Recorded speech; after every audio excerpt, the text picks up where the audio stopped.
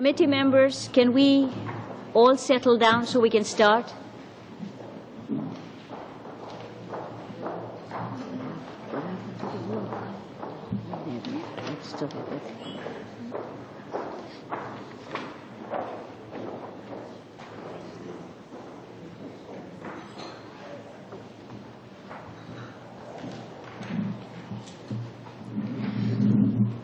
I'll call the meeting to order. We have before us, today we're having two panels as discussed. The first panel, which will take us to from 3:30 to 4:25, we have the Antigonish Women's Resource Center, Lucille Harper. We have Madame Stéphane Lalande, representing Réseau de Table Régional, the group de femmes, and Sonia Greco, representing Toronto Women's Call to Action. What we have here in our committee is we want to make it an interactive session. So that is why we have limited your presentation to 5 minutes each. And after that, we will have questions. And each questioner will be given 5 minutes to ask their questions, and they will interact with you if you are not answering what they are asking you, okay? So with that, we will start off with the Madame Harper. If you could do your presentation, and 5 minutes, please. Thank you. Okay. I think what I'd like to do is start with the conclusion, just to make sure I get it in, and that's with what we would like to see. And I'm here on behalf of the Antigonish Women's Resource Center, which is a small community-based organization in rural Nova Scotia.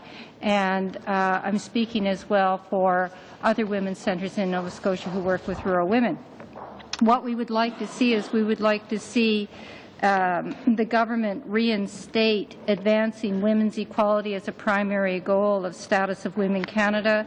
We would like to see you reinstate social advocacy, research and capacity building into the terms and conditions of the women's program, maintain the 16 regional program officers and program offices, implement the recommendations made by the Parliamentary Committee on the Status of Women Canada in its third report to the 39th Parliament, which includes an increase of 25% to the budget of Status of Women Canada, and mandate Status of Women Canada to permit funding of equality-seeking, unregistered, not-for-profit women's organizations.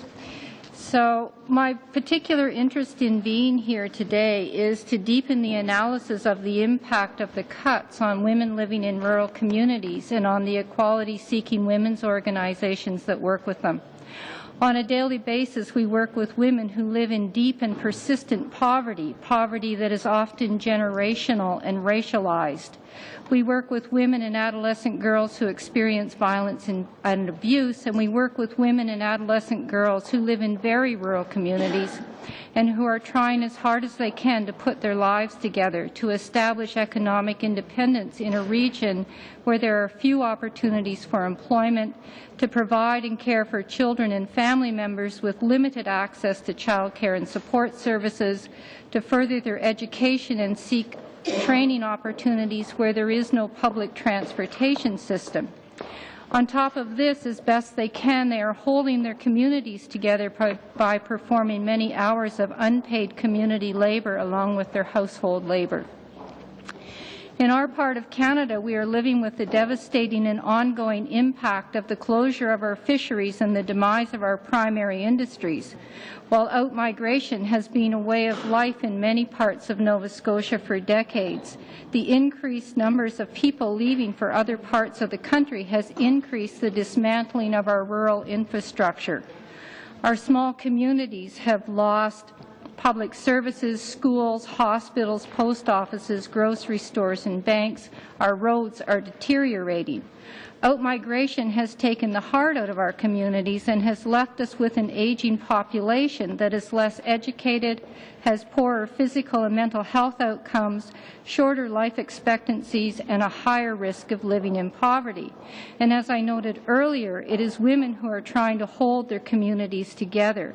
Their task is daunting, and it is exacerbated with the creation by necessity of new family structures that see men in the family leaving for months at a time to earn income elsewhere. Many times the men set up lives elsewhere and do not return to their wives or to their families or to their communities. So what does this have to do with status of women in Canada? It's not news to you that poverty is gendered. However, for rural women, the challenge of moving themselves and their families out of poverty is more difficult and is complicated by both federal as well as provincial policies and programs that not only create and maintain poverty but also privilege urban centres and urban approaches. In Nova Scotia, funding for the Women's Program has enabled women in rural communities to come together to talk about and to document their experiences, to organize and to advocate at the community, provincial and federal levels for change. Rural women's organizations work with a broad diversity of women, have developed a valuable expertise and unique insight on women's social, economic, and justice issues, provide community and region-specific information about women's situations and needs, and amplify the voices of vulnerable and marginalized women to the public and the policy decision-makers.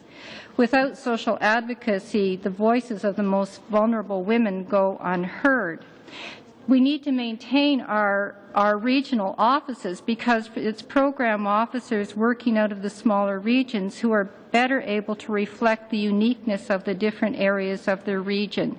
This is particularly important for rural women as there are significant differences in the issues that women face among rural regions, coastal, agricultural, northern, primary or single resource-based communities, and certainly from urban centres. Ms. Harper, Okay. we'll have to cut off here. Okay. And we will let, you can then, there'll be a question and answer Yep. session, and you'll have a time to do your closing remarks as well. Madame Lalonde. Merci, Madame la Présidente. Thank you very much, Madam Chair, members of this committee. Today I appear before you in my capacity as a representative for the Women's Group Regional Tables Network. This network brings together 17 regional tables representing 433 women's groups and 241 individual members. We work to collectively advocate women's rights and speak out on issues that affect the rights and interests of women. Our role is to act as a representative between the regional tables and decision makers and all levels of government. I want to talk to you about our situation. Over the last recent years, members of the regional tables have taken action to maintain and develop structures that will allow us to preserve the status of women in Quebec. We work through the Secretariat for the Status of Women as well as the Council on the Status of Women. We have also worked to develop an overall policy as well as to draft a budget that is necessary. As you probably already know, we recently published a policy paper entitled "So that Theoretical Equality Become a True Reality." We are opposed to the weakening of the Department of the Status of Women and call for maintaining or increasing its funding. Another file that is of the utmost importance for us is the place of women in positions of power. The network supports the establishment of proportional representation and believes that measures must be taken to increase women's involvement in Quebec politics. And we hope the same types of measures will be taken at the federal level. Women only represent 31.2% in the National Assembly of Quebec, whereas they only represent 10 or 12% rather of all mayors of Quebec and 25% among local municipal councillors.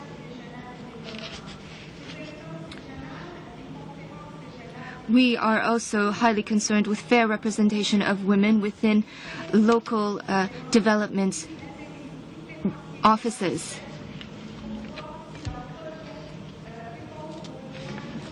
Only 20% of women make up of the decision makers in those offices. The network is also highly concerned with the health and well-being of women. It wants to make sure that the department's objectives in terms of women's health are fully implemented. The health network in Quebec has recently undergone detrimental changes, which has led to a democratic deficit for women, and they are unable to express their point of view and have now been left to seek different funding.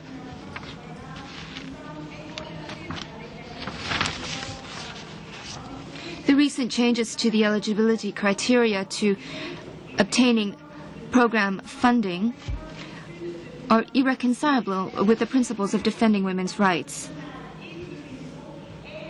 In fact, our activities in claiming these rights have been largely reduced.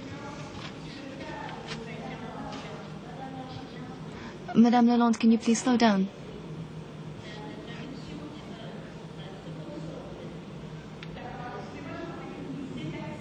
I'm sorry, I thought you were asking me to to speak faster.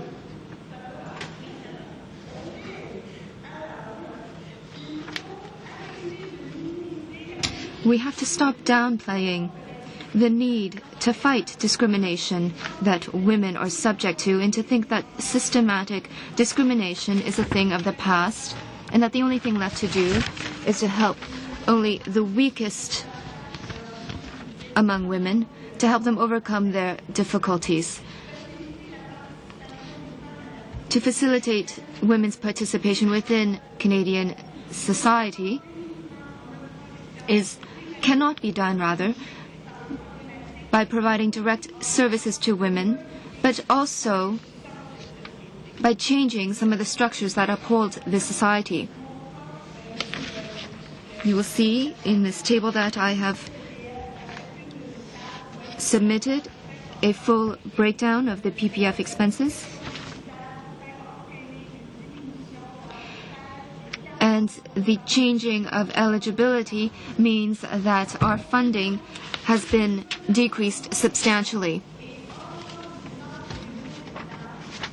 Thanks to the network, women's lives have been improved. However, we do not provide direct services to women. We speak out on their behalf, we defend their rights, we claim their rights, and we speak on their behalf to the federal governments, the provincial governments, and municipal administrations.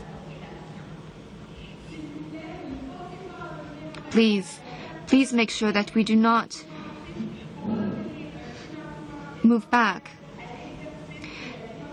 And please make sure that we will be able to obtain the essential funding in order to uphold the democracy that we live in. We are not lobbyists. We are simply working collectively to defend our rights and to improve social justice. Thank you. Greco, I know I've given you 5 minutes, but you'll have to respect the fact that translators have to listen to what you're saying so that they can translate. So pace it out and try and finish it in 5 minutes. Thank you. Thank you. Thank you for the opportunity to outline the concerns of the Toronto Women's Call to Action to this committee. We are a diverse group of women who have been meeting since 2003 in this particular forum to try to restore the visibility and audibility of women in the government of the City of Toronto. We advocate anti-racist, anti-poverty, gender mainstreaming for Toronto. Gender mainstreaming is part of the Beijing Platform for Action to empower women and bring equality and equity to issues of decision-making, control over resources, budgets, benefits, and rewards. We work at the intersections of gender, race, ethnicity, class, ability, sexual and gender identity, and Aboriginality. We do this work so that we can people and so that we can woman the policies and practices of the city government, which is, after all, one of the largest governments in the country. We work in 6 priority areas: affordable housing, governance, violence, policing, child care, and the environment. We identify these priorities because each impacts women's and men's lives differently in different communities. We do what we call "Where are the women?" surveys of policy and research documents and find that the women's experiences of women are not reflected. Concretely, poor women who are disproportionately racialized women have fewer choices in housing, in transportation, and in childcare. The nexus of these limited choices on a long waiting list for social housing, for example, and subsidized daycare, along with single-ride transportation costs, make paid work, family work, and community work impossibly difficult for many women.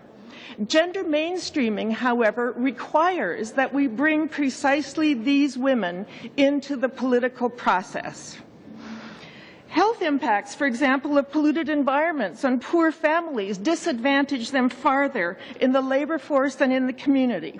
What happens to a mother's capacity to support her family when a child with asthma or environmental sensitivities requires specific care on an intermittent basis?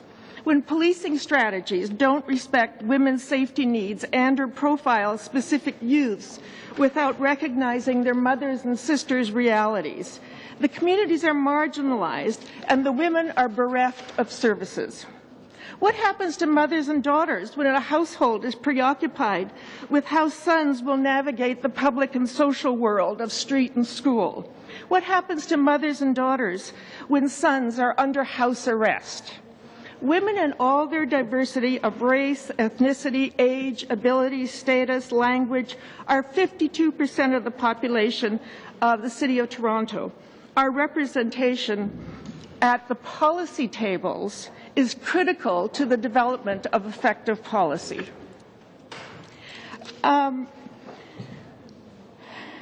We know that Canada has signed the Beijing Declaration as well as the CEDAW Protocol on the elimination of discrimination against women. We know that all party leaders signed the declaration of support for CEDAW during the most recent election campaign. Let me cut straight to the cuts and how they will affect, cuts at the status of women affect us concretely. They have the concrete impacts of our equality-seeking activities in our priority areas are on public education and voter engagement, and on the gender mainstreaming, gender budgeting, and accountability in local government.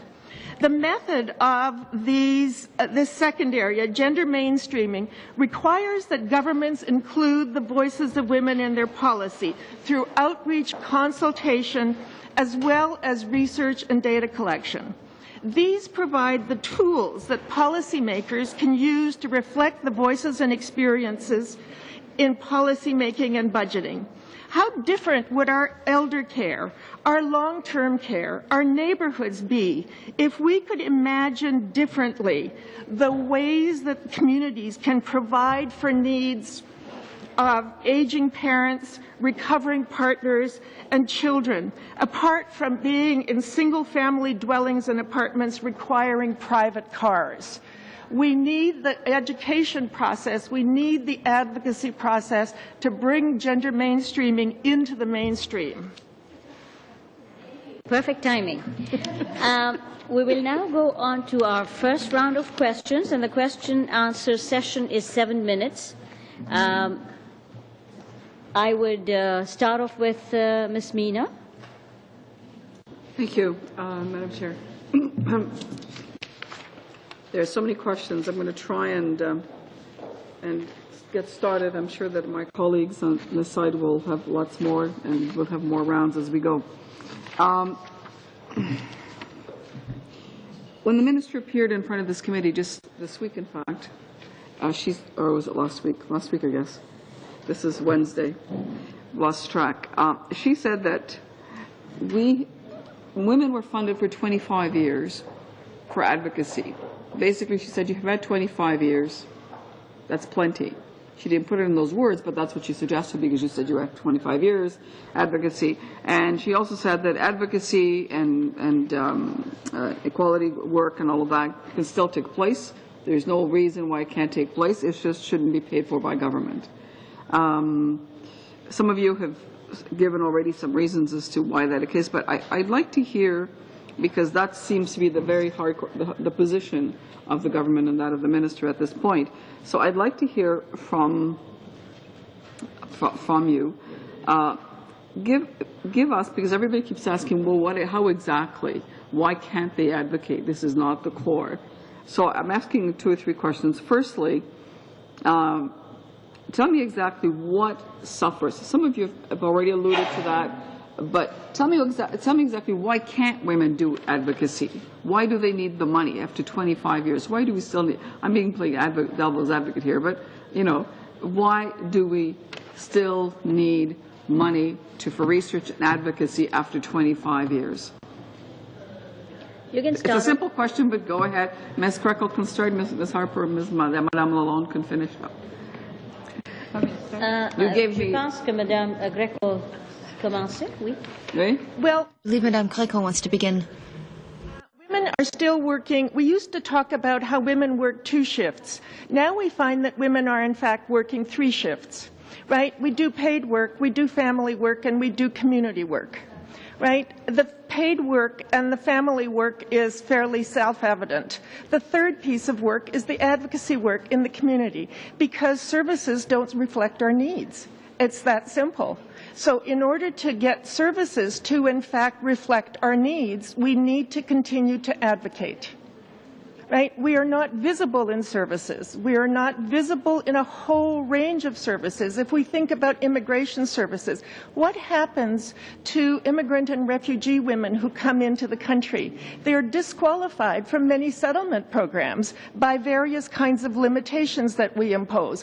Why is that? Their needs are not reflected in the policy of the government. We need advocacy because it seems that governments can't understand. Okay, the minister is saying, well, you don't need the government, but the government should not be funding the advocacy part. Why should the government fund it? I know why. I just need you to put on the record. Yeah. Sorry. Okay. Well, for one reason is because, particularly with marginalized women and women living in small communities who don't even have access to computers, et cetera, et cetera, et cetera, they're not coming together to do advocacy really takes a level of organization that requires support. And it requires support through any number of different measures, basic transportation being one, particularly in rural areas, photocopying, report writing, et cetera, et cetera, et cetera, really does take some basis of funding to do it. One of the things that has been so fantastic about the women's program historically is that what it has done is it has sought out and made funding available for women who have not had a voice to be able to organize and to be able to have that voice. Now, in recent years, that ability has been reduced for these very small communities, but essentially those voices then were able to identify issues that had not been previously identified. And the only funding that has been available specifically to women to do that kind of organization and to bring that voice to public attention at whichever level has been through Status of Women Canada. And when we lose that, we really are silencing women and making it very difficult, particularly for the most marginalized groups, to come together. So, well-funded women's organizations, whoever they are, I don't know any of them, but whoever they are, I'm sure, can do advocacy without support. But because women's organizations tend to be raising equality-seeking women's organizations, let me be specific, are raising some of the most difficult questions, the areas that society has pushed under the carpet, has not wanted to recognize, has hoped would go away and disappear. These are not fundable through, either private companies or so. Madam Harper, Madame Lalonde, I know that systemic barriers still exist for women in terms of accessing, whether it's programs or what have you. Could you give us an idea of what some of those systemic barriers still are, and how advocacy helps to get rid of them, or is needed to assist? Je vais vous donner 3 chiffres. Allow me to give you 3 figures. 70% goes to salary, 30% goes to representation, and the rest is lobbying. As you can see, all of our work goes towards defending the collective rights of women. Now, obviously, systematic discrimination is still ongoing, perhaps not deliberately, but through our structures and through our system, there continues to be systematic discrimination, and that's why we have to change those structures.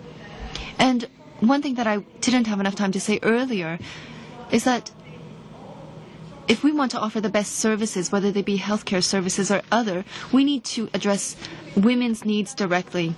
I'm a director of a women's group here in the Outaouais region, but there are 17 roundtables throughout Quebec, and when we all come together, we all wish to send the same message.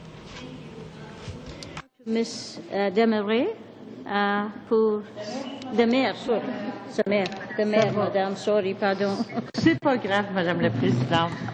Desmarais, c'est un beau nom. Not at all. Desmarais is an equally nice name. Good afternoon, everyone. Thank you for talking to us about the difficulties and some of the problems which have occurred as a result of budget cutbacks. Now, there is still systematic discrimination, and yet the government refuses to recognize that women's rights need to be protected, and that we need to do our utmost to advance those rights. To my mind, the fight is not over. My question is it difficult to convince women working working close to us that this battle is still worth fighting, even if the government doesn't believe it? The question is for all 3 panelists.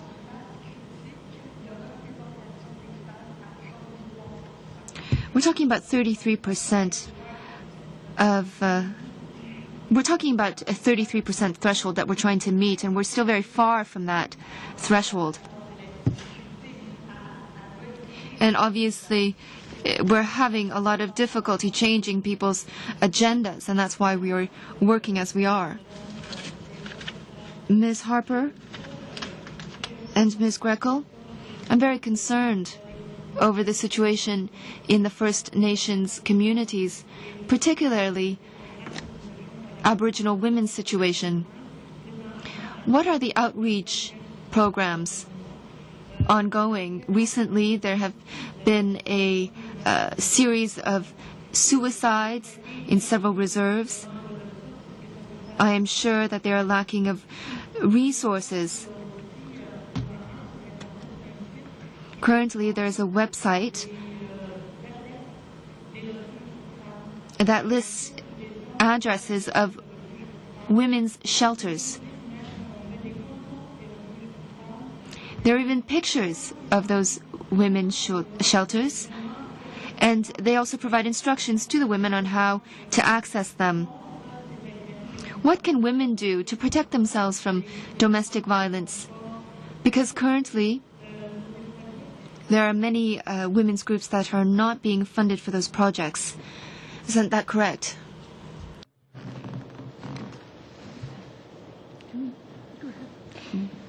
That's a really big question. Oui.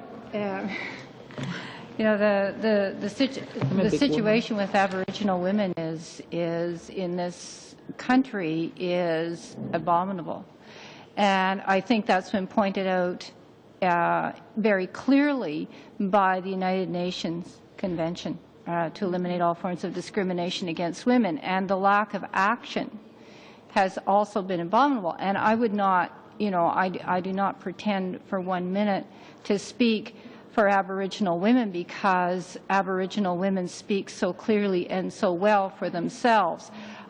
I think that, although I do think that we need to very seriously listen to what Aboriginal women are saying and be very clear about the absolute critical need in this country to support Aboriginal women in the ways that they have said that they need support, which is both for services as well as for support in the many, many campaigns that they have.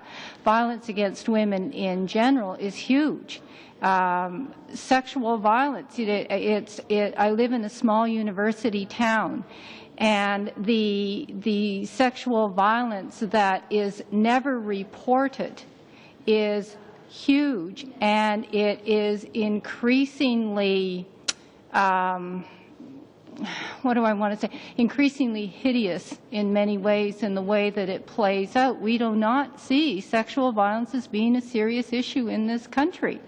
You know, I mean, unless it's something like, you know, the Picton case, which, but the sexual violence to which women are exposed every single day is huge. The same with intimate partner violence. That will not be changed through services. Do we need services? Absolutely. Do we need well-funded services?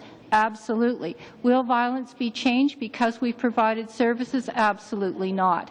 And that's one of the reasons that we need the support and the funding and the focus of Status of Women Canada to be able to, you know, make any imprint on this whatsoever. And so that whole question we've been advocating for 25 years. At 25 years is such a small period of time. When we think about the barriers that women and the level of oppression and discrimination and exclusion and the levels of violence that women have been facing. You know, one last thing and then I'll stop. You know, when I first participated in the women's movement 30 years ago, I thought innocently that it would be different for my daughter. I thought that it was the fact that people didn't have the information, and if we provided the information, then of course policies would change. It would change. And you know, it's been a hard lesson to realize that it's not simply about not having the information. It's about attitudes of misogyny that permeate our policies. So. In your opinion, you believe that women's lobbyist groups are just as important as ever and they should continue to be financed.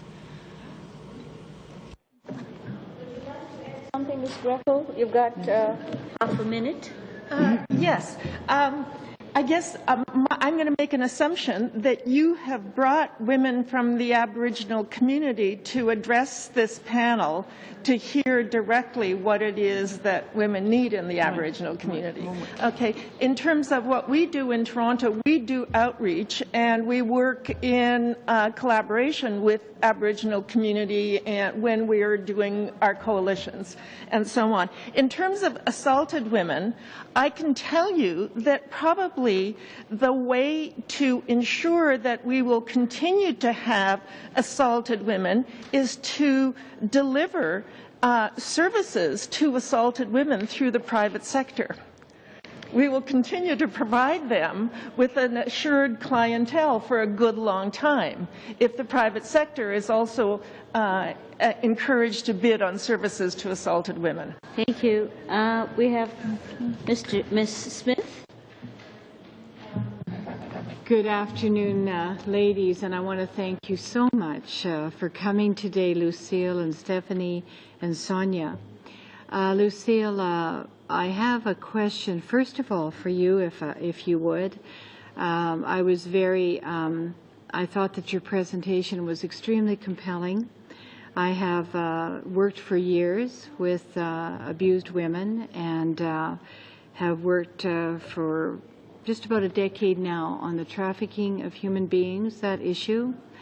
And of course, you know, Aboriginal women and women on reserves are very much at risk, and there have been incidences of this happening across our nation. Just to give you a little background, I know of what you speak. Our son is an RCMP officer. He's married to an Ojibwa girl, and her family is in social work, and she's done a lot of it as well. Just to give you a little bit of background. Now, I thought some things that you said were very interesting, and I looked at your website for the kinds of projects that you had worked on, things like workforce reentry, workshops on issues related to health, self-esteem, and violence against women. And it seemed to me that a lot of very, very good things have been done through your organization and through your dedication. I would like to commend all the women and of course, especially this particular, what you've done, Lucille, with your organization and the women there. Now, you said that you didn't need to speak for the Aboriginal women, that the Aboriginal women can speak for themselves, but we have to listen. And I couldn't agree with that more. The fact of the matter is I've been on status of women now for 2 terms since I became a member of Parliament. And when I came, I guess I'm a mother of 6 children, and I've been a real strong, I have 4 daughters myself, and I've been a really strong women's advocate. I was in the math and science field prior to that with a master's in education in that area. And so I was in a man's world for a long, long time. So this is something that I brought to the status of women. And when I came, I saw all the wonderful research and the stacks and stacks and stacks of research material that we had. And even one of our members brought in the stacks one day to the status of women. And, you know, these were very credible, very good research. But you know what struck me? What struck me is that, along with all that research, we know a lot of the problems, a lot of the programming, a lot of the things that you're doing with your projects. You know, a lot of that hasn't been happening. A lot of reports, a lot of research, a lot of motions in Parliament Hill. But the on-the-ground work that needed to be there, the funding wasn't always there for that. And I think you would agree with me in that area because it's very self-evident when you look at the history. And looking at what you've done, have you applied for some of these projects through the status of women? Because as you know, opposition members have been touting the fact that status of women has been cut. I say it's been redirected. That $5 million is not lost. That $5 million is going directly into women's programs. And within that project, women can still advocate, they can still do research within that project. But those projects are designed, you know, like you're doing, and many of your women's groups are doing, to be on the ground helping women. And I wondered, have you actually applied for some of this? You have about 2.5 minutes to respond. She took 5 minutes to ask the question, so go ahead. What I want to say about that is that one of the recommendations that has been made is that we substantially increase the funding to Status of Women Canada. Our Women's Centre was one of the women's centres that received core funding at one point in time until that core funding was cut by the previous government. And that core funding allowed us to do two things. It allowed us to provide services as well as to do the advocacy work.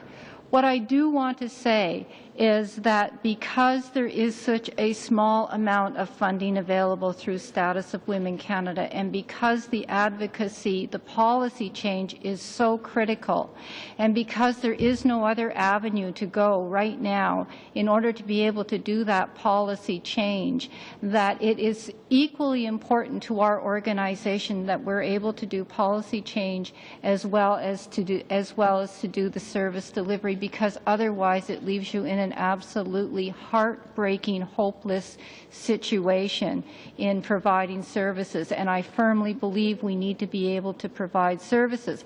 I think the solution, or one solution, would be for Status of Women Canada to really take a leap and begin to work with the provinces to ensure that there is equal amounts of funding in the provinces, through the provinces, for a service delivery, and that Status of Women Canada holds on hard, very hard, to that advocacy and research function, because without you it's not going to happen. Do I have a minute? You have about 45 seconds. I think that, thank you, Madam Chair.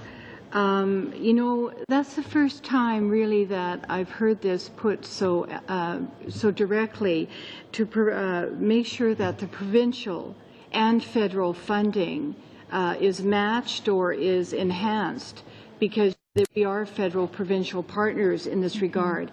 I will take that forward for you, and I thank you very much for that suggestion. I appreciate you taking it forward. Thank you. We now go on to Ms. Matheson. Thank you, Madam Chair. I would like to ask questions of all three panelists, and I thank you for your expert testimony. I did want to begin with Lucille Harper. You talked about the reality that women in Antigonish face, and it seems to me that rural women face a different reality than urban women. And part of that is that we tend to base services on population as opposed to needs. And I wondered if you could explain that, and also tell me what the impact of closing those regional offices will have on the work that you do. Okay. Thanks for that question. Closing the rural offices will have a huge impact, because it is really with our local program officers that we are able to build a good sense of what's happening in the smaller communities and what the needs of women are, and to be able to translate that back to Ottawa in a way that ensures the research and the projects and initiatives that are carried out really do reflect and meet the needs of the smaller communities. Without that, then we're really requiring on a lens which, in my experience, has always been an urban lens in looking at rural issues. So for I think, as I said earlier, for rural women, our lives are particularly complex because of everything that I mentioned earlier, and particularly in rural areas where we have this out-migration and this disintegrating infrastructure. So right now, trying to have a women's voice within rural communities is more challenging than ever, and we really require and rely on our program officers to understand that, to work with us, and to be able to translate that back to Ottawa, which is where the funding and the projects are actually stamped. So, I think as far as value for the dollar goes, the program officers, they work so hard, and I know in Nova Scotia our program officer works far beyond the actual number of hours that she is paid, and the kinds of supports that she's able to provide to women's organizations is really significant. And particularly for organizations that are not as familiar with applying for grants, et cetera, et cetera, et cetera. She is really a valuable person in making sure that very good projects go through, particularly for communities that are less organized. So some of our African Nova Scotian communities, some of the work that's been done there has been absolutely critical. The same with our Acadian communities. The work has been really critical. So. Thank you. And we've heard about that dedication from the women who are working in the regional offices across the country, which of course have been closed. My next question is for Sonia. You talked about the fact that women's experiences are missing from decision making. Tell me, what are the benefits of bringing marginalized women, or women specifically, into the decision-making process? Have you had success with that in Toronto, and what remains to be done?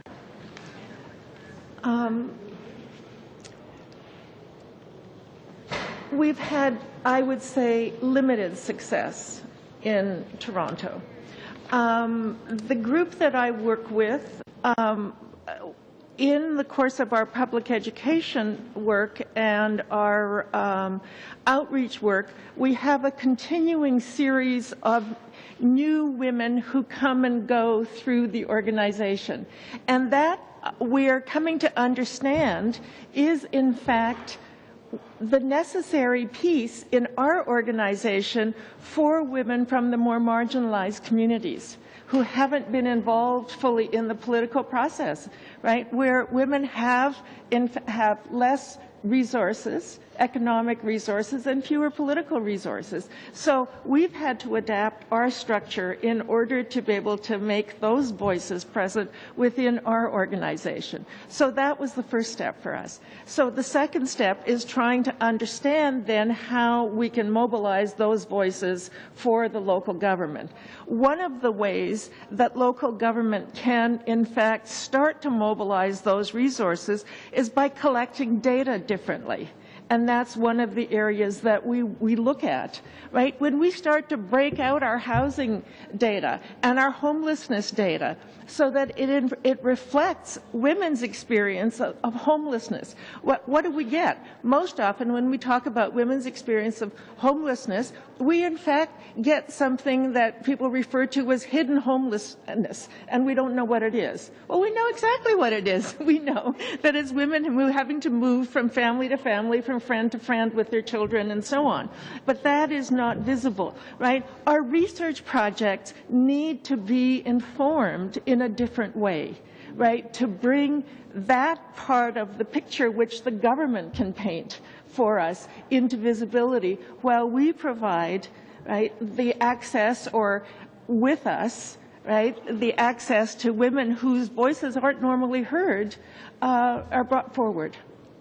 Okay, and I just want to say, I want to add to your piece about rural women, right, because the corollary of that in the large urban environment is all of the disenfranchised communities, the marginalized, racialized communities, right, who don't have access. And as we cut back outreach and make administration more efficient, in fact, the only people who can grasp at the money are people from established groups and organizations. So that's the urban corollary of your rural experience. Time up. What I'd like to do is we will be able to take one last question, then I'll give you 2 minutes each to wrap up, and Mr. Stanton, you will be the first to ask the question for the next panel. Okay? Thank you. So, Ms. Stronach. Okay. Thank you, Madam Chair. I'd like to point out that the minister was here last week, and she clearly stated that women have had 25 years to do advocacy work, and that women can still do advocacy work without the funding. And we all know that there has been a change in the mandate of the Women's Program with the removal of the words equality, with the no longer being able to do or advocacy work being funded. I myself am still trying to understand this, have not come to a rational reason why they would remove the words equality and prevent the advocacy work, because there is so much work to be done on behalf of women in improving the quality of life for women. And it's only through research and advocacy work that you can bring about changes. What I'm interested to hear from you is more about the future. With this change in the mandate, the inability to do the research, the removal of the words equality, how is that going to directly impact your organizations? Are there any programs on the table or any future plans that you had to grow your organization that will be compromised or off the table, or no longer you won't be able to do them? Do you wish to respond? Any one of the participants, whoever would like to go.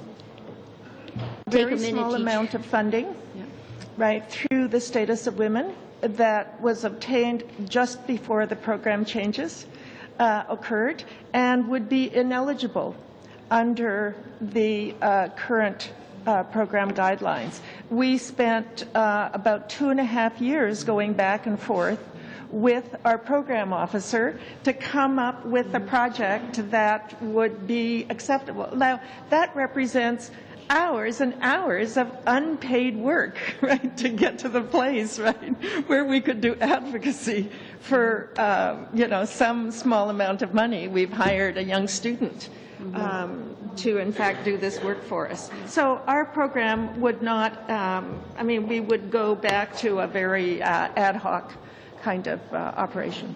Thank you.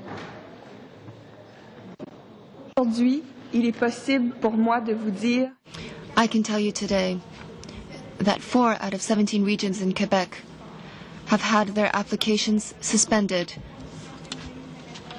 The requests have been put to the department, but everything has been put on hold since the changes to the eligibility criteria were put into effect.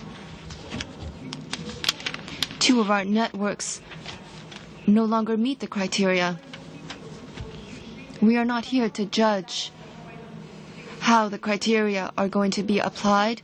We are simply here to ask you to make sure that we can continue receiving funding, because that work has a direct impact in our local areas.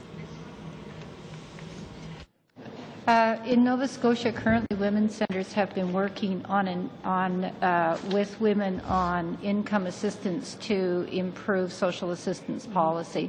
And there's been a huge piece of work that has been done, and a lot of that work has been bringing women from 11 different communities around the province to the table to talk about their experiences on social assistance and to make recommendations to government. We're now at the point where we are wanting to engage with government in developing an poverty reduction strategy with the Nova Scotia government. We will not be able to do that. So in discussions with our program officer about what we can do next, she said that work has to come to an end. You will not be able to do that. That will not be fundable. So the fact that we are this close, that we have made such good headway, that our conversations and our relationships with the Nova Scotia government are very strong, we just won't have the funding to maintain that really important network of women who are living in poverty. We can't do that. There's no other source to do that. So, Ms. Stronach, you have half a minute to make any comments if you want. No, I wanted the individuals to respond to my question so I had an understanding of what future programs were potentially off the table. But let me ask, how much consultation was done with your organizations and how the impact and the change would affect them? None. Okay. Thank you.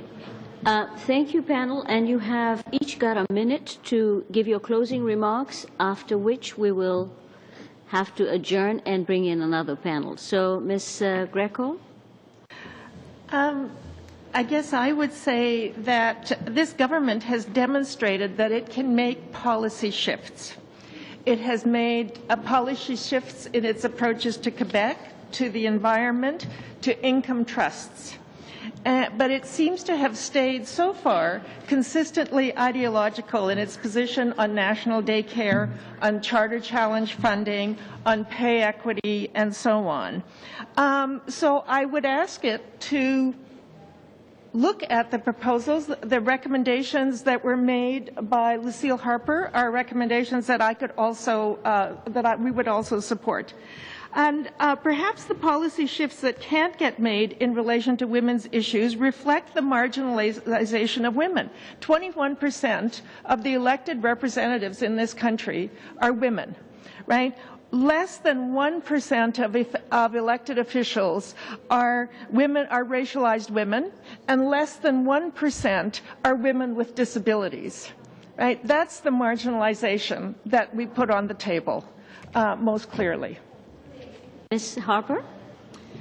Well, I don't even know if I take a whole minute. I think that when the United Nations Committee on the Convention to Eliminate All Forms of Discrimination Against Women congratulates us for 100% fulfilling our obligations around women's equality, then I think we can sit back and have another discussion around where we may want to go next. But I think that we need to take our responsibilities to all women across this country very, very seriously. And I think the programs that have been most hard hit, whether it's literacy, education and training, court challenges, etc., are programs that have a most direct impact on women and marginalized groups. And when we're looking at marginalized groups, the most marginalized within marginalized groups are the women within those groups. So I think our measure needs to be, if we could have one measure, how are we impacting the poorest of poor women in this country? And when we have done that to the satisfaction of the United Nations, then we can come back and we can say, okay, now what? Thank you. Madame Lalonde? Merci. Le Québec a intitulé sa politique.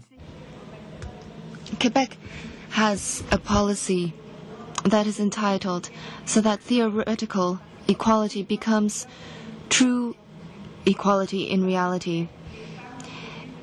In fact, today, women are not equal to men, and the figures that I gave you earlier show that. It is high time to continue our efforts in partnership with the Status of Women Agency, which has assisted us greatly in recent years. We need the funds to continue our actions, and this financial support is crucial. Status of Women Agency must also continue its own agenda within the federal government by uncovering inequalities and by maintaining gender-based analyses, since these analyses provide invaluable information. We must not be abandoned, particularly for those of us working in the regions who work so hard for the defense of women's rights. Panel for being here to share your experience, your expertise with us, and your input will find its way somewhere in the report. I'd like to suspend.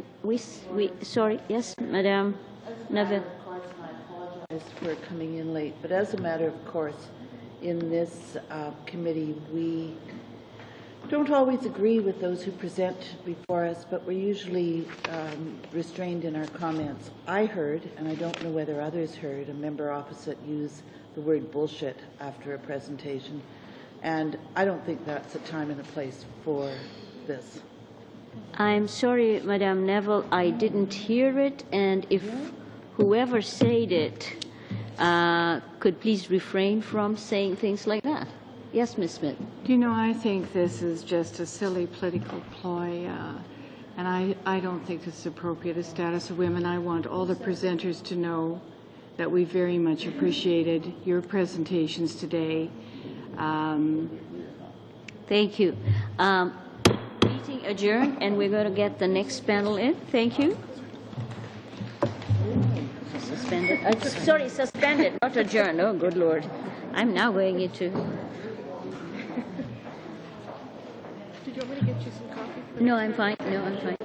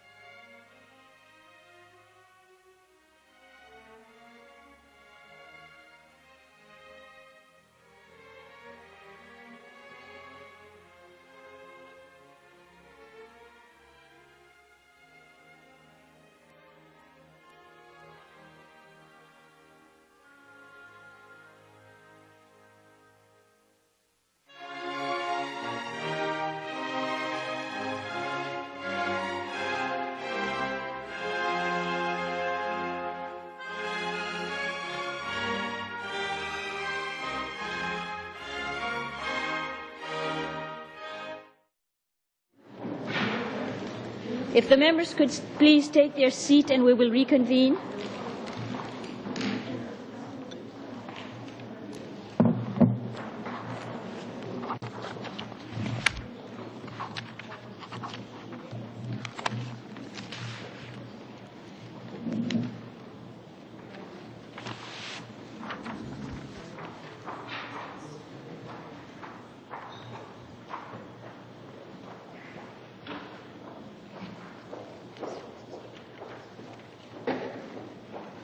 I'd like to welcome the witness. We have with us Madame Janelli, President of the Métis National Council of Women, Ms. Landlord from Real Women Canada, and Sherry Graydon from the Women's Future Fund. Welcome.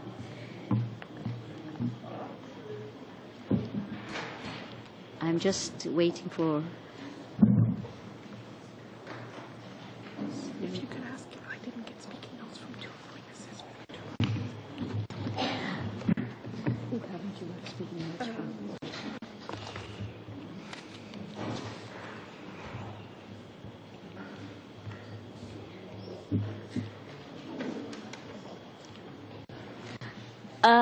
We haven't received speaking notes, Madame Janelli. We haven't received speaking notes. If you have them, and Ms. Landlord, do you have any speaking notes?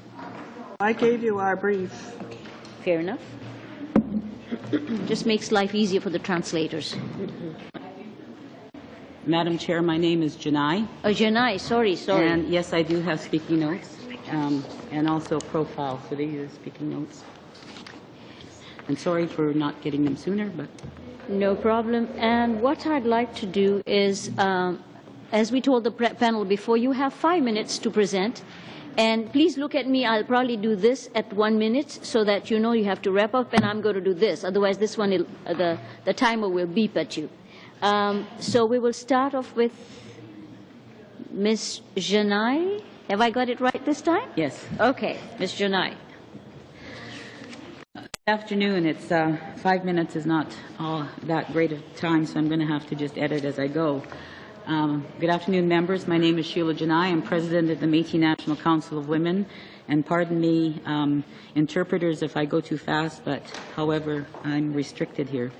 The Métis National Council of Women is a national organization that advances equality and justice for Métis women and their families across Canada. We were formally organized in 1990 and incorporated in 1992 as a national nonprofit corporation. We are Canada's only independent national organization structure advocating for Aboriginal and equality rights for Métis women. The organizational structure consists of a board of directors filled by presidents of the provincial affiliate organizations. We've been actively involved in multifaceted educational, political, and legal campaigns to promote the interests of Métis women in Canada, including their equality rights since formation. During the early 90s, Métis National Council of Women's founding provincial associations and communities held workshops in provinces to formulate the reports to the Beaudoin-Dobie Commission and to provide information on Métis women in the communities on the constitutional meetings. As soon as the MNCW was formally organized, the President and Directors attended the First Peoples Conference in Ottawa to speak on behalf of Métis women's needs. During the 1993, the MNCW was invited to attend the Royal Commission on Aboriginal Peoples forums and roundtables. RCAP helped fund and carry out needs assessment study with the MNCW and founders and constituents. And we participated in all phases of the Royal Commission's consultations and work. In its final report, the Commission documented the history and functions of the MNCW as the national voice of Métis women and made specific recommendations to the federal government on funding needs and policy contributions it should commit to the MNCW.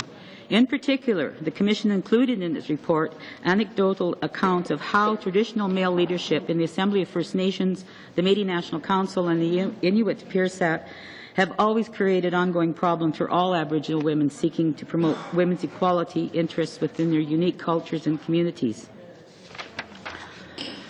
I'm going to have to jump around, and it may not make sense because there's so much here. The Métis National Council of Women has frequently been invited by federal government to speak on behalf of Métis and other Aboriginal women in international meetings and organizations. The MNCW has been included in the Status of Women delegations at the UN and on women's issues worked within Indian Affairs, and we lobbied the European Commission to enter into an international agreement on humane trapping, of which our community is involved, as well as the implementation on biodiversity, the Indigenous issues in Madrid.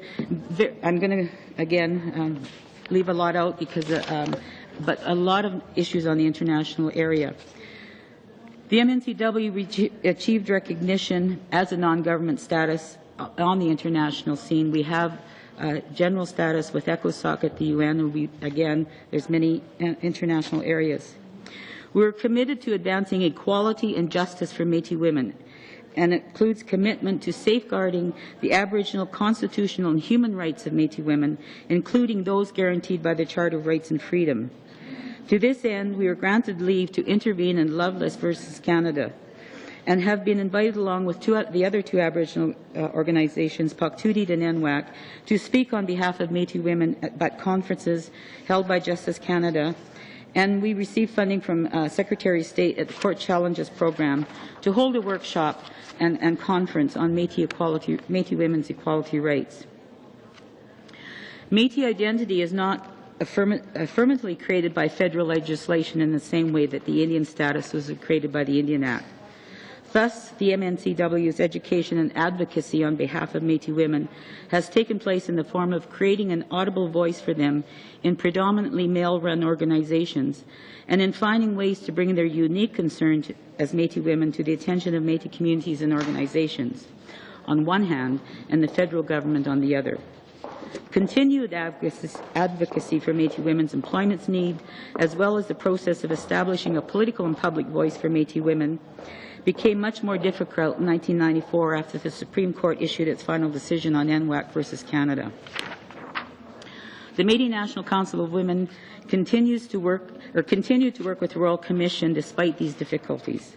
And in the final report, RCAP made findings on how predominantly male and traditional leadership of the three national organizations has made it very difficult for the Aboriginal women.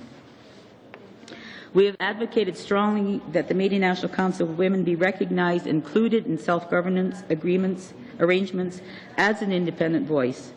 The depth of the opposition to Métis women's organizational autonomy has made it clear at every step of the way that Métis women have to overcome prejudice, stereotypes, and the traditional roles in their dealings with federal government. If you could wrap up, please. Okay. Based on my involvement with Métis women in Canada, I believe that there is a considerable confusion and anxiety on the part of Métis women about the lack of uniformity in the application of law to Métis, Inuit, and First Nations women. At the same time, the continued prevalence of attitudes of domination and violence against women, Métis women, makes it difficult for Métis women to turn to an organization that itself has been marginalized. The status and condition of Aboriginal people in Canada and the federal government's decision to support a select few Aboriginal organization in developing capacities for self-government has placed us at a disadvantage. There is a need for political will to build partnerships and sharing ways to promote participation, accountability, and effectiveness, not to cut funding.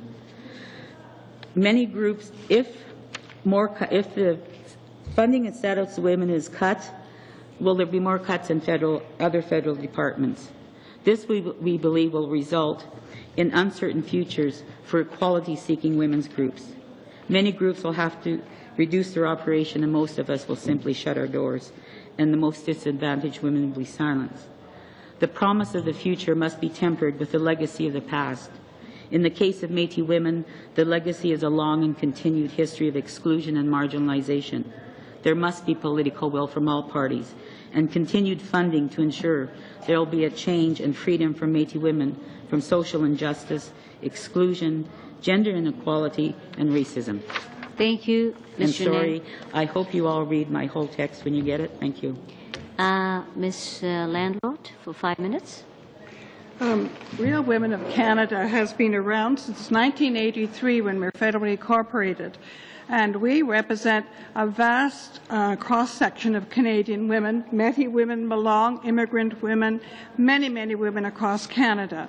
But one thing we've found, the most discriminatory agency against us has been the status of women, because the status of women only represents not women in general, but those having an ideology, that of radical feminism.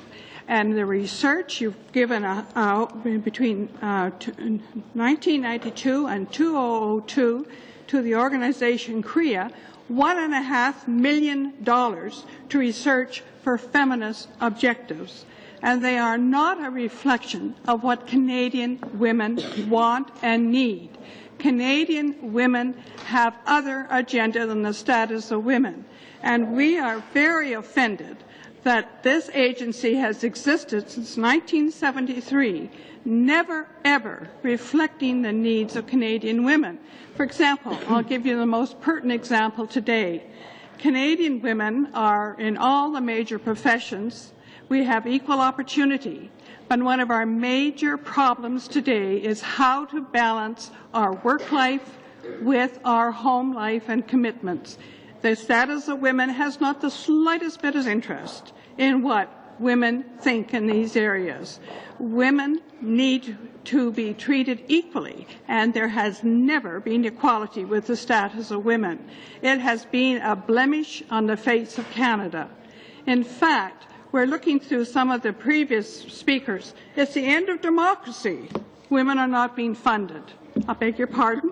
Real Women has never received money. We're obviously an advocacy group, and we've managed to survive very well because we have grassroots support. We reflect what women in Canada want. They pay money, and they're not wealthy. Some are in pensions, some are single mothers, but they support us simply because they care of what we reflect. Real Women is an NGO with consultative status with United Nations. As such, we've attended over 34 United Nations meetings. We have been working internationally promoting women and the care of women. We have equality, which is in our objects of incorporation. Yet we have been able to do all this work simply because women care for what we're doing. We're not fronts. We're not phony putting up artificial creations by the government supposed to represent women, which they don't. For example, a very important point is one of the speakers previously suggested, well, Canada won't have equality until all the CETA committee accepts us and says we're equal. Perhaps they're not aware of the fact that the committee monitoring CETA is under severe surveillance because it's coming up with theories and with positions that are not in the CETA agreement. For example, we have them promoting 37 times the word abortion, yet it's not in the CETA at all. Pay equity. How many people here know that when Canada actually ratified the CETA document, that it put a reservation against pay equity simply because the provinces would not go on and were not interested in this equal pay for equal value? In fact, again, I hear again and again, there's no pay equity, yet the International Labour Organization Convention has never implemented it because there's no international agreement on that. The point is, times have changed. We've got to move into the 21st century. We've got to deal with what women want. We've got to listen to women. I've heard that again and again. But women are not all feminists. A few are, and they're perfectly entitled to be. But the vast majority of women do not accept those bylines and guidelines of the status of women. It's the changes that are taking place are long overdue. You've had the status of women operating for 34 years, and yet you still say, oh, women, we're discriminated, we're victims.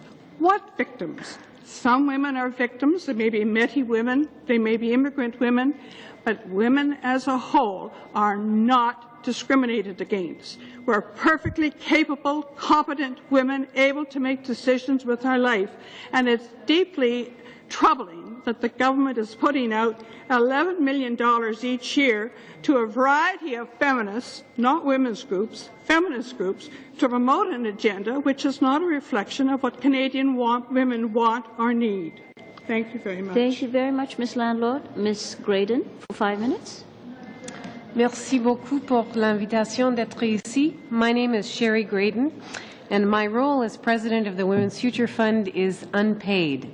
I tell you this so you can appreciate that my goal is to make the organization obsolete, because once it's no longer necessary, I will have a lot more time to stick to my knitting. The Women's Future Fund is a coalition of national organizations working to further women's equality. Our member groups include a number of those you've already heard from, such as CREA and LEAF and others. The mandate of the coalition is to develop an alternative source of financial support to make women's organizations less dependent on government. Understanding that this wouldn't happen overnight, Status of Women Canada assisted in the development of the Women's Future Fund as a means of accessing workplace giving programs, much like the United Way does. Because such success takes years to build, the agency had pledged to support the coalition through its startup phase. But the new guidelines have rendered us ineligible for funds, as well as many of our member organizations, cutting us off at the knees just when we were starting to build and realize significant returns on the investment. Last year, we doubled our revenues and donors. This year, we were poised to do so again. But our progress has also been hampered by the fact that although Canadians overwhelmingly support the goal of women's equality, they believe that ensuring human rights is the government's job. Let me put this in context. No one talks about the Department of Justice as if it should raise its own revenues. Everybody recognizes that simply making murder illegal doesn't stop the violence. As long as injustice exists, we still need a Justice Department. As long as inequality exists, we still need a department like the Status of Women. And asking the groups that does the work that Status of Women funds to raise their own money makes about as much sense as asking the Justice Department to set up its own bingo hall. And yet that's essentially what the Women's Future Fund is trying to do. My unpaid work with the Women's Future Fund is made possible by the fact that I earn enough money as an author and speaker to be able to volunteer and pay taxes. Like all Canadians, I want to know that my tax dollars are being spent responsibly. And I have enormous confidence that the monies awarded to the Women's Future Fund members deliver an exceptional return. We leverage enormous in-kind support and volunteer labour, and our work is relevant not just to women's lives, but to Canada's economic prosperity. UN research from around the world makes it clear that social equality translates into economic prosperity. When women are educated, given genuine choice around child-rearing and employment, treated with respect and paid fairly, the entire society benefits. All taxpayers suffer from the barriers and biases that continue to keep many women from fully contributing their skills and knowledge to our economy. We should all be outraged that billions of dollars are spent annually on the aftermath of violence against women instead of millions spent to prevent it. John F. Kennedy once noted that things do not happen, they are made to happen. The equality gains that we've achieved in the last century, and there have been many, exemplify this. Governments didn't simply decide to grant women the vote or declare us persons. Women's advocacy made that happen. Over the past 30 years, the member groups of the Women's Future Fund have also made divorce and sexual assault laws fairer, improved the matrimonial rights of Aboriginal women, secured maternity benefits and fair pay. We lament that the current government doesn't wish to continue funding this work, which benefits millions of Canadians. But if the goal is to make us obsolete, at least part of the solution is to ensure that women have parity in the House of Commons, where the decisions affecting us are being made. If our voices, experiences, and realities were integral to the identification of priorities, the formulation of policy, and the allocation of funds, our groups would become much less relevant. I thought I had 10 minutes. That's with the correspondence that I got, so I will skip and hope to have the opportunity to come back to some of what I would have said. In conclusion, because progress doesn't come from deleting the word equality, in conclusion, I ask you all to imagine that if, in declaring that equality had been achieved, if Minister Oda had somehow tripped an invisible balancing wire and men were suddenly faced with the same odds that currently confront women, I'd like you to imagine if my nephews and your sons were now forced to anticipate their new equality in the form of a 30% reduction in expected wages, 2 more hours per day of housework unpaid, a 25% risk of sexual assault during their lifetime, a 50% chance of living in poverty if they were to become single parents. Those are the realities facing our daughters. They deserve the same realities as our sons. And the member groups of the Women's Future Fund are currently among the resources that government has at its disposal to affect that equality. We are recognized and emulated around the world. We're among the most cost-effective nonprofit organizations you can find, and we're working to improve the lives of women and become less dependent on government funding. Thank you very much, Ms. Graydon. We stopped at Ms. Stronach last round, so we start off with 7 minutes with Mr. Stanton. I'm sorry, but that's what we agreed to do. That's why Mr. Stanton had to have its thing cut off. So we will go with Mr. Stanton. Do that again, actually. Mr. Stanton has 7 minutes. Thank you, Madam Chair. And thank you to our panelists, both for this panel and the previous. Your reports and insights today have been invaluable to this study on the status of women and the change in the terms and conditions that have been undertaken.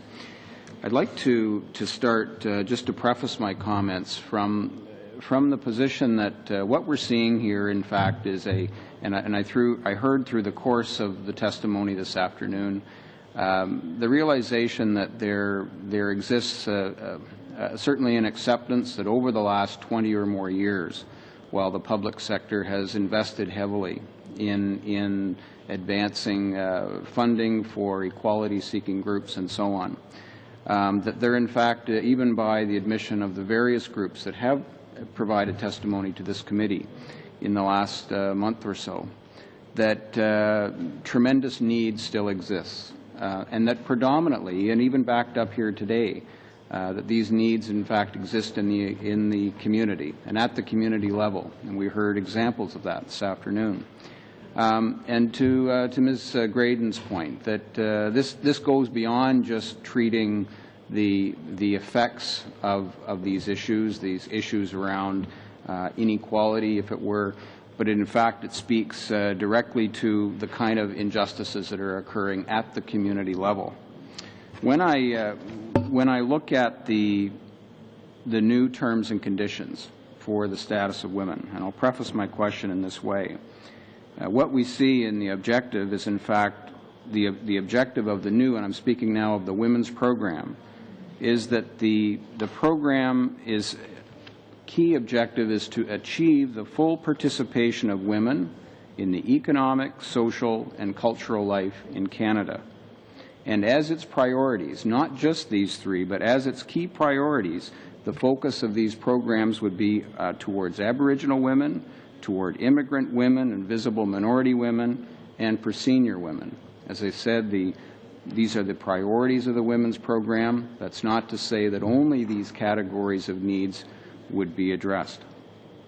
As I heard your remarks and questions this afternoon, and I'll start perhaps with Ms. Janai. I'm sorry, is that Janai?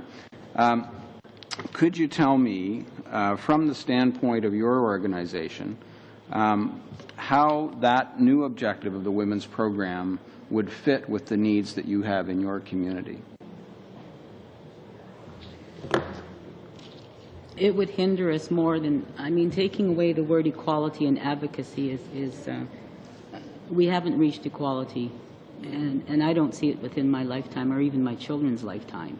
And so having the Aboriginal population in this country, are at or below poverty line, and some, I mean, I don't have to tell you that you've seen the number of communities that would rival third world populations. And for Métis women, we're even, Stats Canada, if you check, you will see that we are the most impoverished in this country. And so when you start cutting funding on the grounds that we're an advocacy group or we're seeking equality, it's not there. Have you, I'm sorry, I don't mean to interrupt, but no. have you applied under the women's program? We have applied. We have done some work on violence against women. The rates of incidents of violence in our community are very high. We have done in the past, and this year we haven't applied. The funding in the past was limited. I mean, there was, when you have the number of women in this country looking for dollars to address their issues, the funding is very small. And so when you cut it even further and put in more stringent criteria in there, we won't have the same opportunity. So yes, to answer your question, we've had money in the past, about 3 or 4 years ago. But you haven't violence. Applied under the new Not under terms the new and conditions. One, no. And just to correct the point, in fact, there has been no reduction in the women's program funding. It's still $10.8 million, and will continue to be. And that's in addition to the $1 million available for the Sister in Spirit program. But thank you for your well, the Sisters in Spirit program is for Indian women. We're Métis women. And also, aside the office in Edmonton, I live in Alberta, even though the national organization has the office here. In Edmonton, the Status of Women had a person on, 2 or 3 hours a week or 4 hours a week, and they didn't even have an office. They were sharing with someone else. And it was hard at that time to work to get the programs off the ground and to shut the door fully. I mean, it's just the levels of bureaucracy. I don't have to tell you the steps that have to go through. And so by making it smaller, it's just going to make it harder for groups. Okay. Thank you. Now, Mrs. Landel, with regards to, and along the same lines, the same question, looking now at the new terms and conditions for the women's program of Status of Women Canada, in light of your remarks and your testimony here this afternoon, how would you say the new terms and conditions square with the needs? You've made some obvious concerns known about the previous terms and conditions. How do the new ones square from your point of view? I think that they're much more inclusive. They're not as discriminatory because they're going to be open to anyone, which is a novelty for this particular department or agency. The second thing is, I'm always puzzled by the fact we're talking about transportation for women or this or that. Those are matters of provincial jurisdiction. Why on earth is the federal status of women supposed to be responsible for matters which are provincial? Now, I can see, which was said previously, it might be a good idea for the federal status of women to push the provinces, but you've got different agencies in the provinces performing those very jobs. So why do we have a federal status of women doing a duplicate job? That always puzzles me. But what I do see in the changes is the advantage that it will be open to all women who have a concern. And the second thing we appreciate very much about these changes in the guidelines is that finally it will be used for results. In other words, we find again and again these money, $11 million going out every year, and a lot of it is to promote an ideology and to serve as centers of propaganda, as you were, but they're not helping women directly, many of them. Now, some might, Thank you, Ms. but we Landlord. find they're not dealing with women. New guidelines will demand that there be an accountability and a results. And believe me, that's a great novelty for this particular agency. Thank you. We'll now go to Ms. Deschamps. Merci, Madame la Présidente. J'étais vraiment... Thank you, Madam Chair. In fact, I'm in a state of shock after hearing what I've just heard. First and foremost, allow me to thank those who are appearing before us today, as well as the previous panelists. I'm a bit surprised. This is the third meeting during which we have heard from a variety of women's groups and given us reasons as to why the government cutbacks to the Status of Women agency are quite significant. But the testimony of Ms. Landolt is of great concern to me because it goes against what we have been hearing and what women's groups have been saying about the status of women in 2007. In fact, very few women, even based on evaluating the figures that we have, well, women earn some 71% of the salaries that men earn.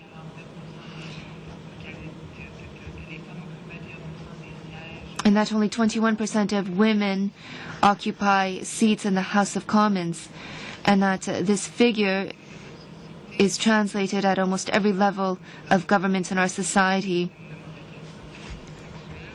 and that 25% of Canadian women are victims of sexual harassment or aggression. All of these figures are troubling.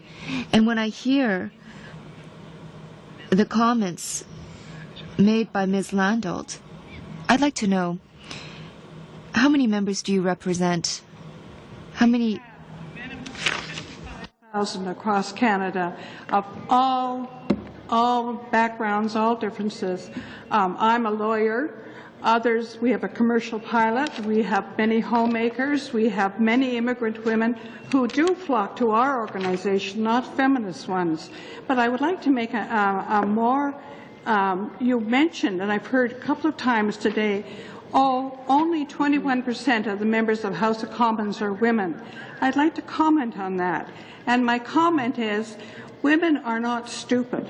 We vote for individuals because of their platform, for their values. We do not vote because a person is a woman. Never.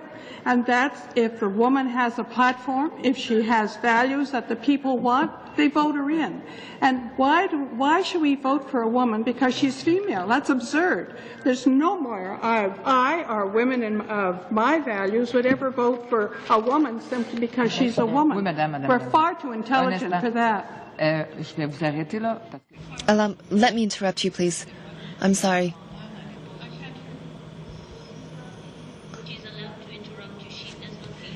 Her question, so she has her minutes that she has to look after. Mon commentaire n'allait pas dans ce sens-là du tout.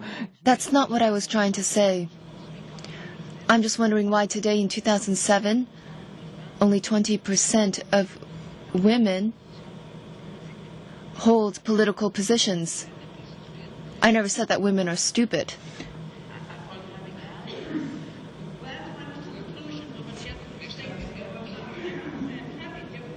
In the translation.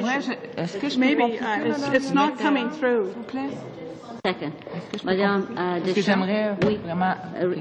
Alors, repeat your question, please. Merci. Alors, de toute façon, où je veux en... What I'm trying to get at, I realize that you hold a philosophy that is closely aligned with the conservative philosophy. You believe that women are equal to men, that women are highly determined and competent and able to self-actualize. I personally don't think that all women's groups are made up of only feminists. I'd like to know, Ms. Landolt, In a news release dated the 26th of November 2006, you lauded the government's decision to cut back on status of women funding.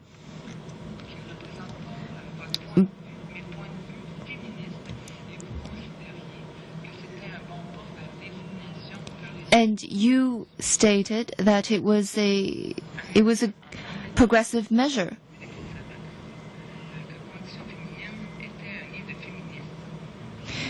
In fact, you said that the status of women agency was made up of only feminists, or that it...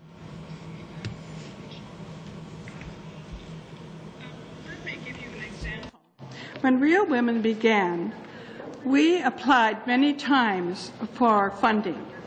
We never got a response. We wouldn't even send us application forms. And we found, under the Access to Information Act, we found material showing they deliberately were ostracizing us. We knew that. And then one day we decided to prove it. So we phoned and said we were representing a whole new group of women called the National Association of Lesbian Mothers. And you know that within 2 weeks we got a response with a little handwritten note saying welcome to the status of women with the application forms. And that was the proof we were waiting for. We have it.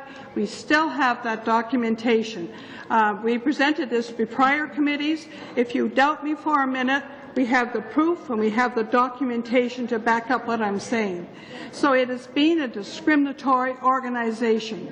But we represent grassroots women. We are an advocacy group. We have no charitable number, but we are able to exist because grassroots women, ordinary women who are not wealthy, have been able to say, I'm willing to support you. We have a lot of volunteer help, and we are a prime example how women can exist and be an advocacy group without government funding if you have the support of the grassroots people. And that's what we reflect that. And if we can do it, why cannot all these other groups, LEAF or CREA, why can they not support themselves if they have the support of women? But they obviously don't. They don't have the support because can't even get their own funding.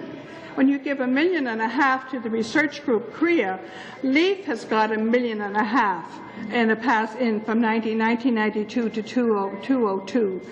What have they done? You look at their court cases. They represent feminist ideology. We go to court. Real Women has intervened in the court many, many times. But we paid for it ourselves. We pay for all our visits to the United Nations. We pay for it ourselves. It can be done because you've got support of Canadian women behind us. Madame Deschamps, you have 1.5 minutes. Vous avez Merci. 1 minute. Je pense qu'aussi. The testimonies that we have heard from other groups that represent and advocate women's rights also represent the grassroots. And when we talk about grassroots, we talk about women who are poor, women who are socially or economically underprivileged. Now, I don't believe that those women would be in a position to allow for those organizations that you're talking about to finance themselves. They need to be represented. I come from a rural area, and as we learned earlier, a group was saying that without assistance, without financial assistance,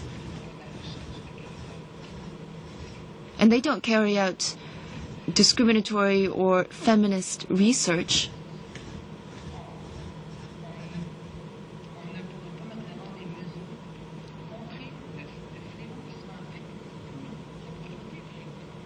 what kind of measures can we adopt to help eradicate poverty? What can we do to help mitigate the backlash that some of these women are subjected to? Ms. Landlord, you may keep that question in your mind. When you do your closing remarks, you may want to address it. Okay? I'll have to go to the next round. Ms. Matheson. Thank you, Madam.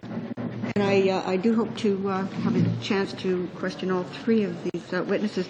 But I would like to start with Ms. Landau. I'm a little confused. You said that you had never received any funding from Status of Women Canada.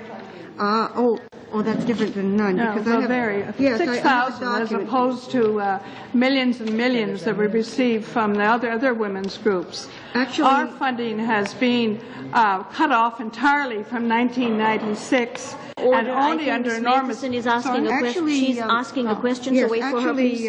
It indicates here that you received $6,000 twice. I wonder now that the funding mandate has changed, will you be applying for funding as you have in the past? Sorry, I missed that question. Will you be applying for funding?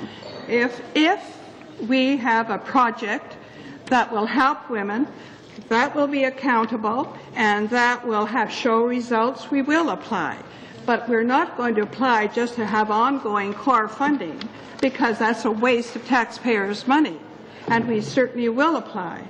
But we have managed to survive and do all our projects all on our own up to all this time. We've been 23 years funding our own material, and all we've ever got is a paltry 6,000, which was, for a few years, and that was cut off entirely in 1996. And we've never even been invited to Status of Women meetings. Why? Thank you, and thank you for correcting the record. I wondered, do you think that equal pay for work of equal value is a laudable goal? Pardon? Equal pay for work of equal value. Is that a laudable goal? No, it's a feminist concept. We do not agree with that. We think that pay should be paid, wages should be determined by merit, by experience, and by the training. We do not think that equal value. We've always suggested that how do you equate a parking attendant's job with the secretary's? It's not possible. It's subjective. And that is the very reason why Canada had to put a reservation on equal pay in the CETA document.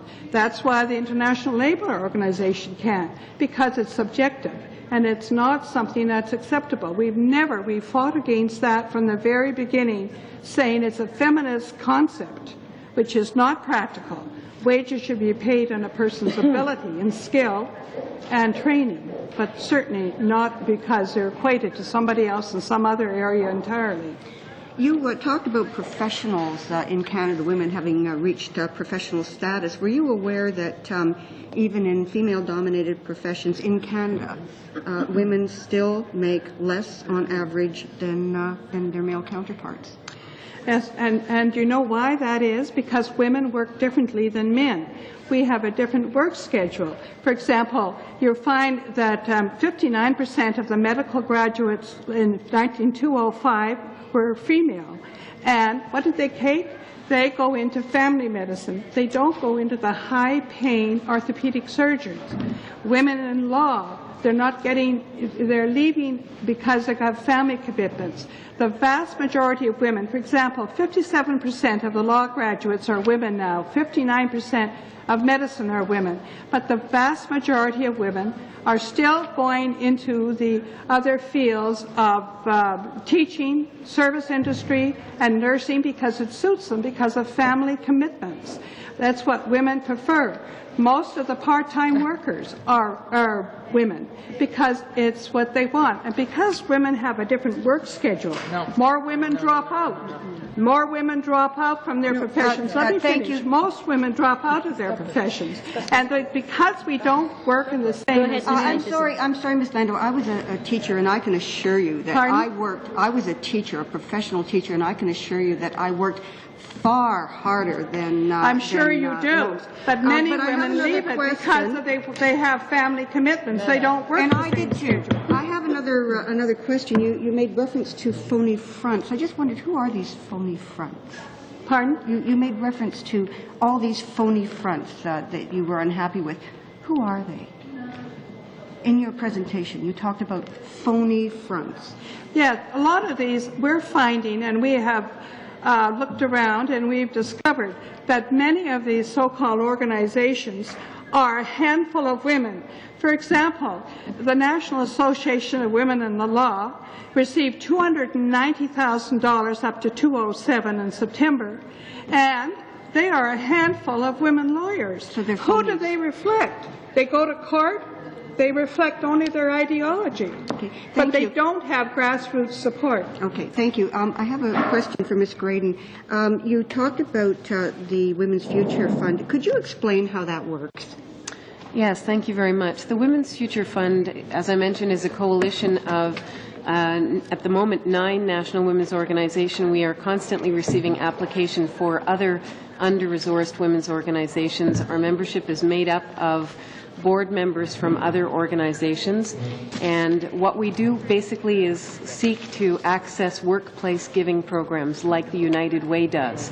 But United Way funding is not accessible to national women's organizations, and so we have a 2-step process. We attempt to we have to get access from employers who invite us in and say, yes, you're welcome to talk to our employees. Then we speak to the employees, we talk about the work of our member groups, and employees get to decide whether or not to donate to our member groups through payroll deduction.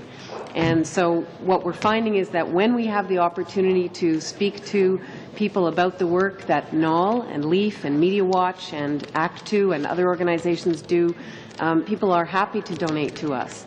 The challenge is that it takes a long time. It took a long time for the United Way to build up its momentum, and it's going to take us another 5 or so years at least until we're self-sustaining. But that's our goal. We have been cut, all of our member groups, repeatedly over the last 15 years. We are absolutely attempting to become self-sustaining. The scope and the breadth of the work that our member groups do is simply not something that is easily funded. And I know you've heard from some of our member groups. I'm not going to reiterate the great work that NOL and CREA do, but it's not something that $5 or $10 membership fees is ever going to cover. And Ms. Janae, you bring an important perspective. I wonder if you could tell us why it's important for groups to not just provide concrete services, but to lobby as well. Well, I think Ms. Landau said about not being funded by the status of women. I mean, that's reality for all women's groups. You may not get it all the time. You may not even hear from them. We've had the same problems over the years with different departments. But the solution isn't to cut the funding, and especially for the most impoverished women. I don't know the organization that Ms. Landau represents, but certainly Métis women would not subscribe to her thinking. You have to walk a mile in our moccasins for a while and understand that we have to have funding for the impoverished women, whether they're Aboriginal women, women of color. We don't have, when you talk about women being represented, less than 0.005%, you will not find Aboriginal women in executive positions, in top management positions in this country. And it's ludicrous for me to sit beside this woman and listen to her rhetoric, because it does not represent women in this country. When you say you have 55,000 members out of 20 million women, that's a little bit much for me to swallow. Thank you. We represent more women than any other organization. Order. We are here to hear different viewpoints. Yes. And we have to respect each other. You may have a very diverse viewpoint. You may have ideologically totally different from each other. I think that's just why we brought in Real Women, because we wanted to see another perspective of it. And I think it's important that we respect everybody's viewpoints. Yes, you can interject and stop them if they are not answering your questions, but let's respect each other. Ms. Mina. Thank you, Madam Chair. I want to start off with Ms. Landau, but I want to say first that Ms. Landau, your disparaging tone when you talked about LEAF as if they are, and your comment about what have they done. Well, you may be aware of the Rape Shield. Without their work, that would not have happened to women in this country. You may be aware of the fact that the Aboriginal women were not being recognized for Canada Pension Plan at one point, even though they worked on reserves, but they now are able to receive it. You may have heard of the fact that immigrant women were not being given English as a second language training up until the late 80s, because it was assumed that women were not going to work anyway, so why did they need language training to get settled in this country? It was only going to men. It was only as a result of Chartered Challenges, which is another program that's gone, but never mind. So those are just some. I'm not going to go through the whole list of what they have accomplished, just to let you know that the advocacy and the work that that organization has done for women over the years has been absolutely humongous and very valuable. So now I want to ask you, though, as I said, the immigrant women at one point, without advocacy and without an actual charter challenge, which I was involved with at that point, with LEAF, they would not have actually received, the government would not have conceded and backed off and provided English as a second language. So since you object funding for advocacy, and you say you do, in your presentation here, you do services for immigrant women, how would you be able to assist in that situation? What would you have done?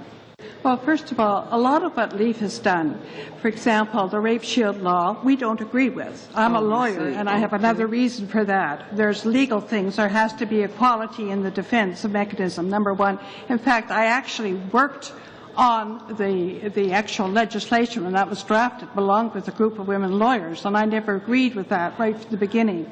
Some of the things LEAF has done are all right, but a lot of it, and the most of it, has not been acceptable. Abortion on demand, the homosexual things that we don't agree with. They have not represented and reflected grassroots Canadian women and the majority of their cases. And believe me, I follow every one of their cases, because Real Women has opposed them many times in the court. Again, I might say opposed them with our own money. Well, they were funded by the court challenges and the status of women. And again, they're a reflection of only a handful of women.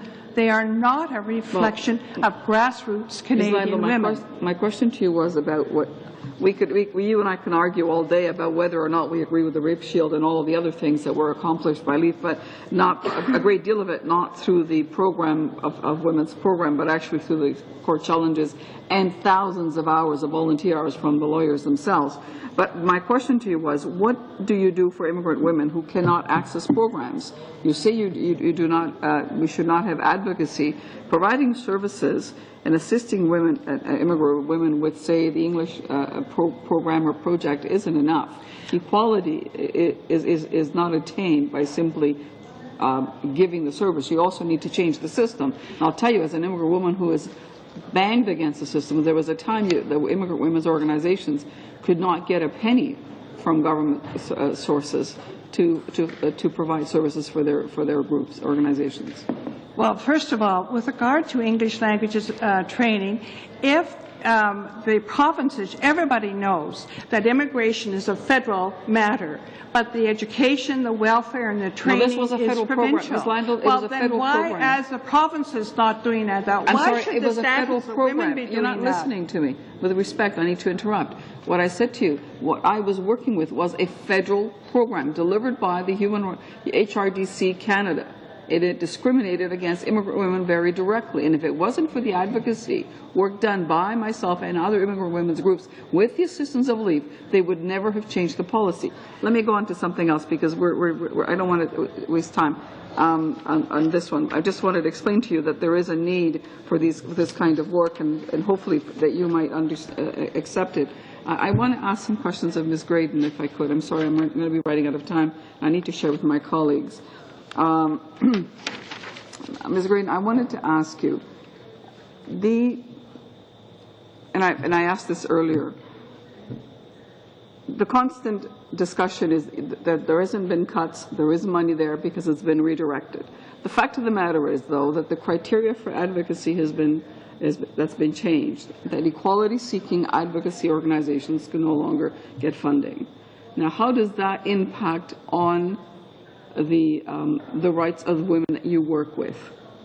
Apart from the specific services, yes, I can apply to provide ESL or to provide counseling to a woman, but I cannot apply for funding to advocate for that woman's condition or situation to change the situation.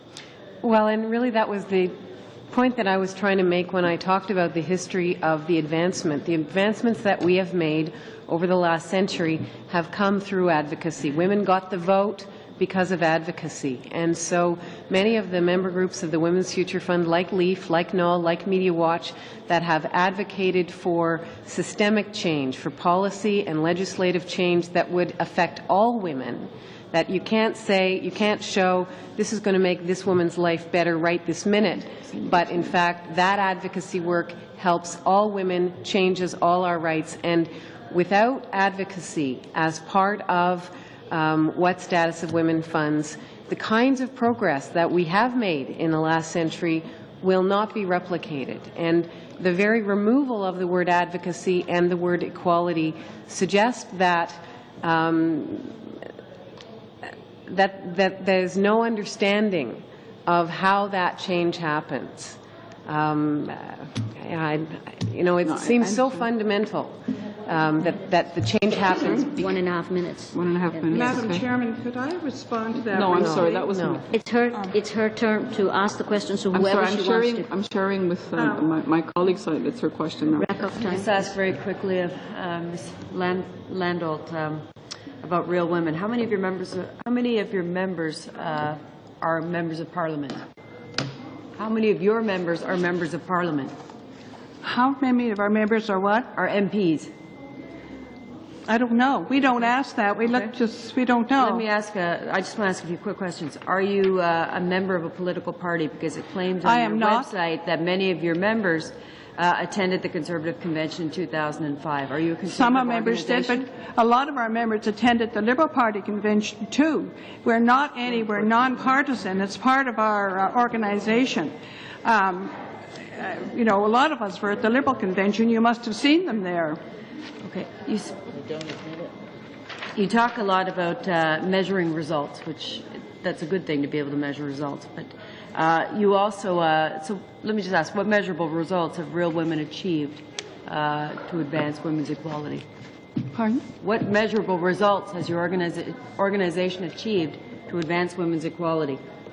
What are examples of that? We have equality is in our Articles of Incorporation, and we have always said that women who will choose to be at home, we're not saying everybody should be at home, should be treated with equal dignity as women who are in the paid workforce.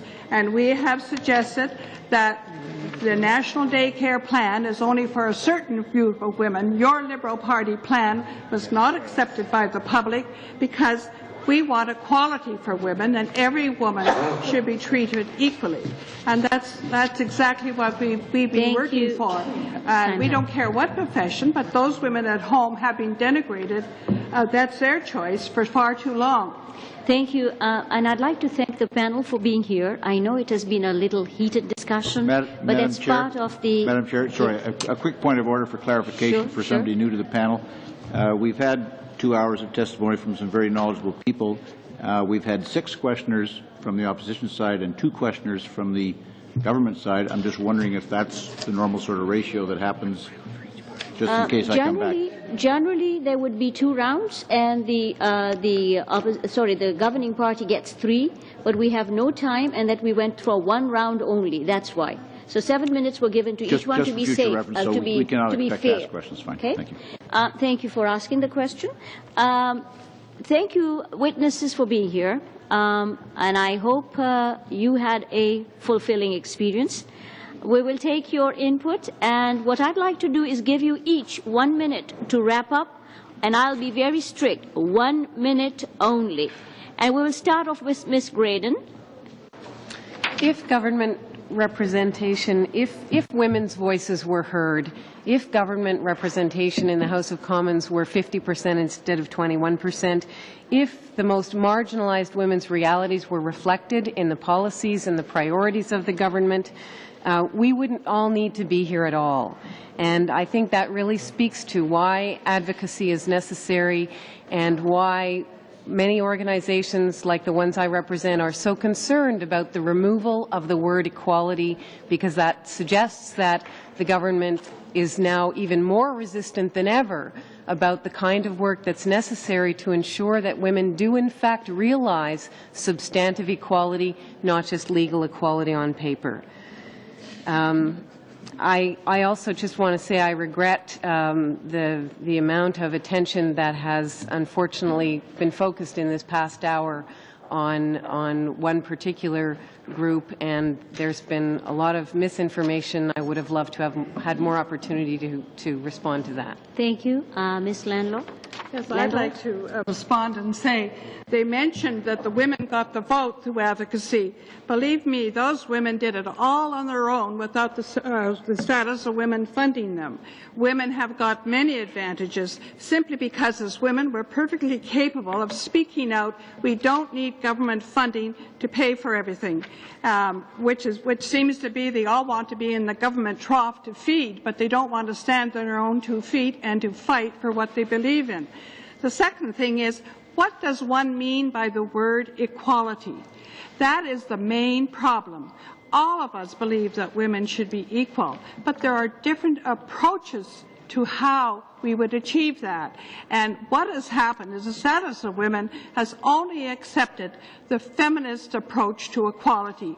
There are other ideas, other challenges for women, but they're all totally ignored. And that's why it's crucial that the guidelines be changed so that all women, with their own ideas of how to change equality, will achieve it, not just the feminist definition. I would like to make a comment. On September the 21st, time is up, but MP Mrs. Minna got up in the House of Commons and said, addressed the government and said, on behalf of all the women of Canada, I'd like to ask you about the funding. And who gave her the choice to speak for all? She doesn't speak to the grassroots. Since she's not women. Thank you. Yes. And I'll finish it off. You went over time, and you've quoted Ms. Meena. I'll have to get her to respond to it, but Ms. Meena, I'll give you half a minute, please. Thank you. I don't have the quote here, but with all due respect, as a member of Parliament, when I stand in the House of Commons to read a question, usually it's as a result of having received petitions or what have you from constituents, and I'm speaking on behalf of the women that I have spoken with. Yes, of course. Thank you. And but maybe Ms. Landlow someday could get elected and she can speak on behalf of the women in her riding as well. Ms. Janai? Address the chair, please. Ms. Janai. Yes, I want to thank you for. I want to thank you for inviting me here. Go ahead. I would like to thank you for inviting me here today, and I think when you're contemplating this issue, take away the labels, feminists, women. We are not at a place where we should be. If you look back at this history of this country, when all your ancestors came here, you called us bloody savages. Those were labels. You called us idiots. We weren't at the same level of you all. So take away the labels, please. We're here for women's equality. The Aboriginal women, when their first issue is survival every day, they need voices like mine telling you don't cut funds, because the projects we do give them a voice. So with great respect to what you're saying, your particular views, I am a woman. If you want to call me a feminist, that's fine. I've been called worse. I've been called half-breed. I've been called savage. I've been called Mujit Indian. So take away the labels and remember, there are women in Canada. The majority of the Aboriginal women are in poverty. They don't have voices. And to cut funding that allow us to find answers to our issues, and to cut funding to people like NOL and the other organizations that can do the work that we can use to bring our issues together is very valuable. So please, take a real hard look at it and take away the labels and keep status of women. In fact, it should be increased in funding and not decreased. And again, thank you very much. Thank you, and thank you once again. Thank you, committee members. Yes, Mr. Stanton. Sorry, Madam Chair, I don't want to prolong the meeting, but just following up to Mr. Hahn's point. Yes.